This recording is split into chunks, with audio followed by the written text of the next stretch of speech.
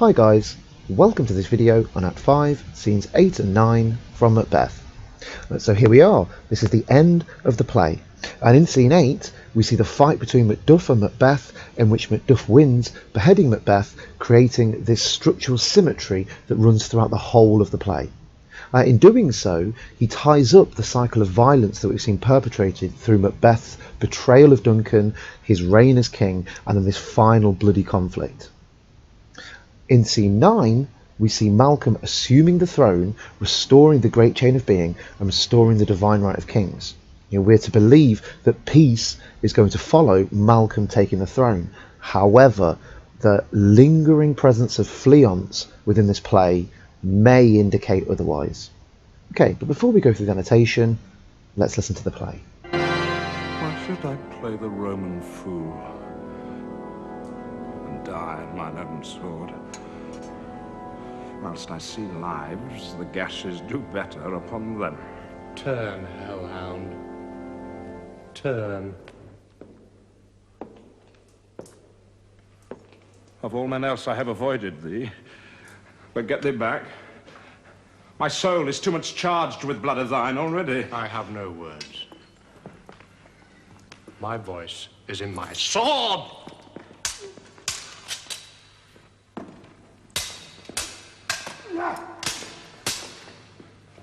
Thou losest labor!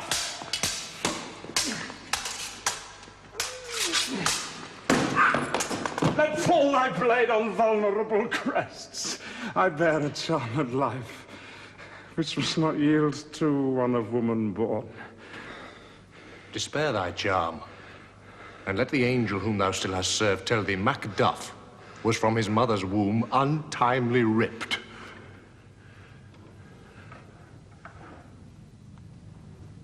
Accursed be that tongue that tells me so, for it hath cowed my better part of man.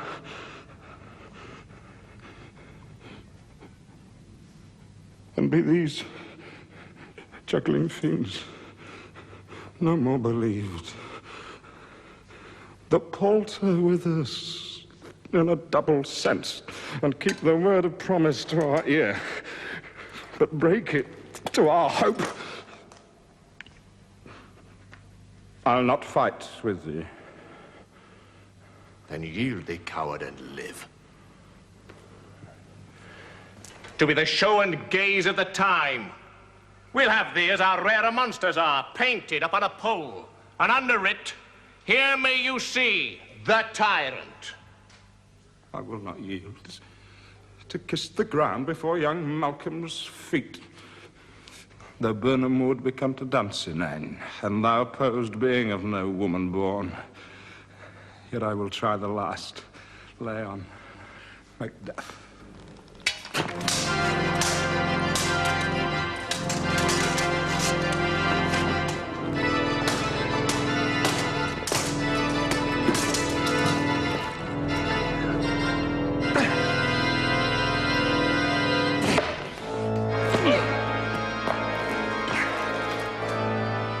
And damned be him who first cries, hold. Enough.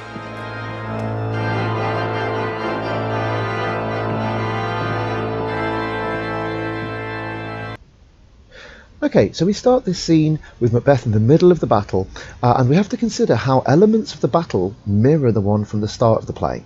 And this, as I said before, ties up the cycle of violence, but at the same time shows that all war is the same. Macbeth says, whiles I see lives, the gashes do better upon them. So this shows Macbeth's violence and the fact that he believes that wounds look better on other people than on himself. However, this also mirrors the language within Act 1, Scene 2, when the sergeant says, my gashes cry for help. Gashes here being a symbol for violence and blood. Then Macduff enters and says, turn, hellhound, turn. That's a key quotation and further satanic imagery that links with Macbeth. Macbeth replies, of all men else I have avoided thee, but get thee back. My soul is too much charged with the blood of thine already. Talking about how his soul is already weighed down by too much of the blood of his family. As a little reference to guilt, and the guilt that he feels for the murder of Macduff's family. Macduff replies, "I have no words.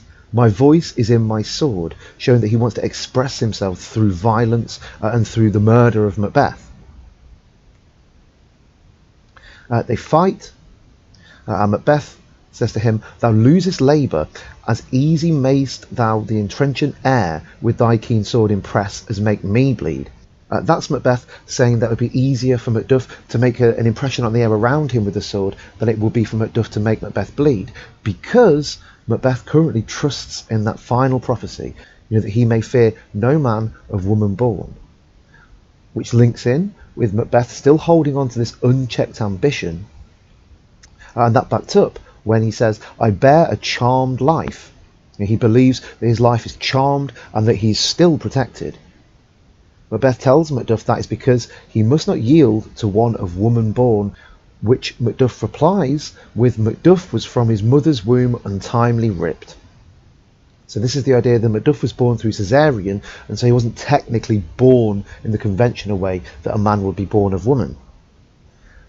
This shows Macbeth being let down by that final prophecy, being let down by the one thing that he was holding on to. And his reply is that it had cowed my better part of man, that this revelation has made Macbeth weak. He says, "And be these juggling fiends no more believed, he is now abandoning the witches." He refers to them as juggling fiends that they've just been playing with in this whole time, and refusing to tell him the truth. Referring to the witches, he says that palter with us in double sense, that keep the word of promise to our ear and break it to our hope. The idea that the witches have been promising things directly to Macbeth, but breaking those promises through the actual hope and the actual events within the play. Here Macbeth finally realises he's been lied to by the witches. He finally realises their equivocation.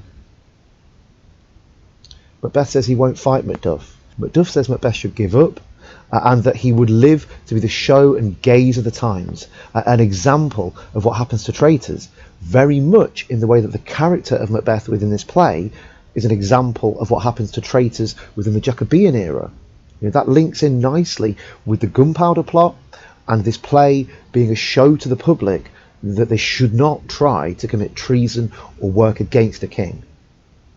Macduff says that he'll be painted upon a pole, and under writ, "Here may you see the tyrant." So painted is that he'll be covered in blood, and if he's upon a pole, that's talking about his head being on a pole. That was one of the practices of the time when it came to the punishment of traitors. They would have their heads cut off, and they'd be put on a stick on Traitors' Cloister, so that everyone could see what happened to people who committed treason. And all of this talking about the ultimate punishment of traitors. Macbeth says, "I will not yield to kiss the ground before young Malcolm's feet and to be baited with the rabble's curse." He does not want to be displayed in public. He doesn't want to have that public execution. And so he takes the route of the traitor that's going to die fighting. If you remember back to the beginning of the play, you had the two images of the traitor. You have MacDonald, the traitor who died fighting against Macbeth. He died in battle. But you also had the Thane of Cawdor, who was arrested and executed in public. Macbeth very much taking the first route and insisting on fighting to the end. He says, "And thou opposed being of no woman born, yet I will try the last. Before my body I throw my warlike shield." This shows Macbeth is violent until the end, and like I say, he chooses to go out like MacDonald. This kind of gives us a final sympathy towards Macbeth. He was a soldier fighting in war at the beginning of the play, and at the end of the play he's a soldier fighting in war. He was killing honourably at the beginning, and now this fight against Macduff must be seen as him dying with some honour, because he refuses to just lay down his sword and be executed in public. Okay, the final word that we have from Macbeth. He says, "Lay on, Macduff, and damned be him that first cries, hold, enough." So this word, enough, talks of Macbeth giving up. It talks of Macbeth wanting to end things. And interestingly, the production that we listened to and the production that we watched in class, the Patrick Stewart, they reserve that final line until after the fight. It's as if Macbeth is saying that he's had enough and it needs to be over. Interestingly though, if you return to Act 1, Scene 3, and you find Macbeth's final line of that scene, he says, "Till then, enough. Come, friends." So is this the idea that from the very beginning of the play, Macbeth was destined to be in this situation? So this creates a further piece of structural symmetry from the beginning of the play to the end of the play that talks about how Macbeth was always fated to end this way, and that his life would follow this cycle of violence that would lead him back into the war that he was fighting right at the start. So let's move on to Scene 9.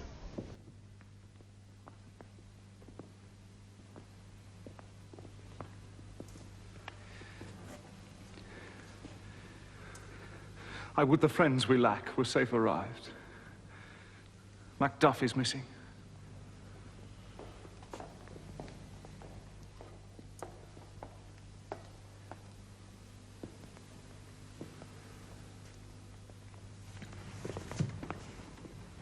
Hail, King, for so thou art. The time is free. Hail, King of Scotland.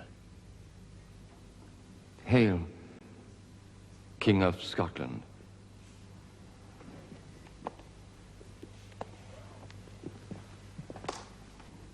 We shall not spend a large expense of time before we reckon with your several loves and make us even with you.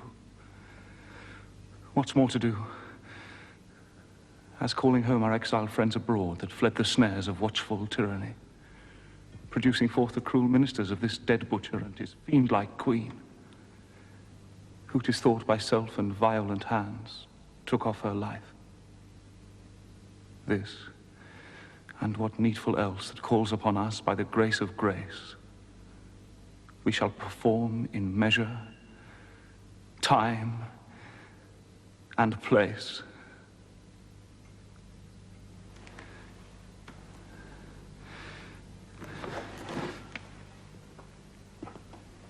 So thanks to all, at once, and to each one,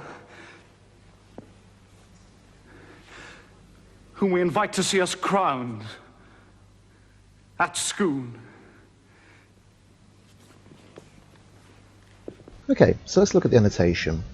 So again, the Seward storyline was cut from that scene. However, we will touch on it because I think I have some interesting things to say about using violence to prove your masculinity, and that is one of the big themes of this play, how violence and gender are connected. So we see Malcolm start, "I would the friends we miss were safe arrived." So he wishes that the soldiers that were still missing were with them. Seward says, "Some must go off, and yet by these I see so great a day as this is cheaply bought." This is the reality of war. Seward is saying that some men must die whenever there is a war. However, this war is so great a day as it is cheaply bought. This is a metaphor that talks about there being not many men on their side died. Now, this could be because their soldiers were better, but at the same time, it could be because Macbeth's people were rebelling. Think about the image that Macduff created around Malcolm's arrival in Scotland. He said that he would encourage men to fight against Macbeth. Maybe that is what's happened that's meant that this war has been particularly bloodless. Seward then learns from Ross that his son is dead. Ross says that your son has paid a soldier's debt. And this is the idea that his death was glorified because it was one that happened in war. He says he only lived but till he was a man, that the idea that death has made him a man. This fighting has made him seem manly in the eyes of the other men. And finally, he says, "But like a man he died." This talks of the honour in his death, which talks of the attitude to violence. Seward then says, "Why then God's soldier be he?" The idea that he's gone to heaven. "Had I as many sons as I have hairs, I would not wish them to a fairer death." He believes that the best death is one on the battlefield. Okay, all of that linking the ideas of masculinity and violence.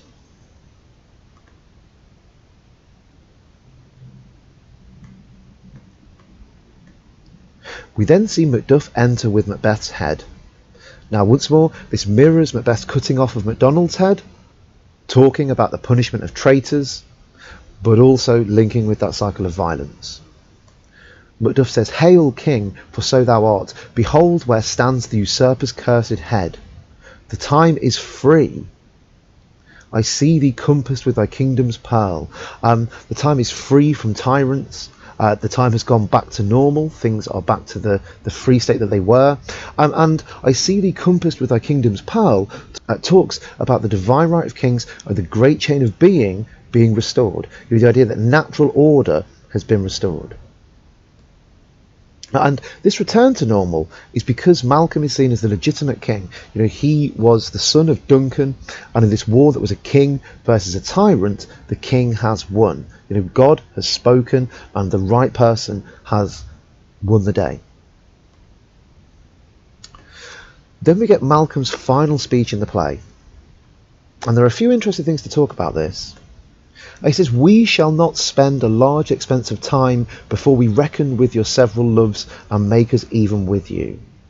We being the royal we, so this is now the state of Scotland. And what he's saying is that there won't be very much time passed between now and the point where we start to redistribute your lands, we start to reinstate thanes and get things back to where they were before Macbeth killed King Duncan.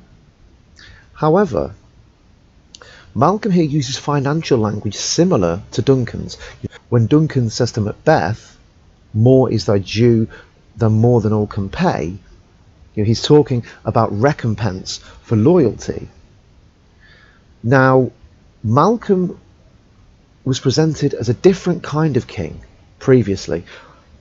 Macduff, I think, has hopes that Malcolm will be good and just. And certainly we see that through his mirroring of Duncan's language. Duncan was seen as a good and just king. However, Duncan wasn't necessarily an effective king.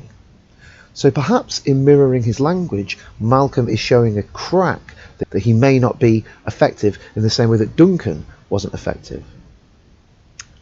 Malcolm says here, "My thanes and kinsmen henceforth be earls, the first that ever Scotland in such an honour named." He's promoting his thanes to earls. However, this also talks of the unification between Scotland and England. Earls was the similar title in England to thanes. So by making them earls, Malcolm is showing that he's bringing Scotland more in line with England. This is exactly what James I did. He was the king that unified Scotland and England into one country. So is this Shakespeare saying to King James that he is the same as Malcolm? Malcolm here seen as a good unifying force. Malcolm then goes on to mirror more of Duncan's language. He says, "What's more to do which will be planted newly with the time." If you remember, Duncan used lots of plant imagery. He talked about how Macbeth and Banquo were seeds that he was only beginning to grow. Again, this shows that Malcolm is going to be similar to Duncan, that he'll be loved, but at the same time, is he going to be ineffective in the same way that Duncan was ineffective? We then see some final opinions of Macbeth. Malcolm refers to Macbeth as a dead butcher and Lady Macbeth as his fiend-like queen. They're really good quotations to note down, as they're the last things that we see about Macbeth and Lady Macbeth in this play. He says that Lady Macbeth, who, as 'tis thought by self and violent hands, took off her life. This is the idea that she commits suicide, and that would be seen as a sin.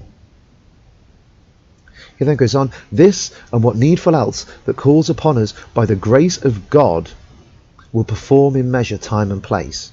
So this idea that God is on their side, and further links with the ideas of the divine right of kings, but also shows that by the grace of grace, by the grace of God, Malcolm is a very religious person, in the same way that James I was a very religious person. So consider this image of a religious person who believes in the divine right of kings, who appears benevolent and loved by the people, overcoming a treacherous force. I think this is definitely Shakespeare talking directly to King James, because King James had also just come over a treacherous force by foiling the gunpowder plot.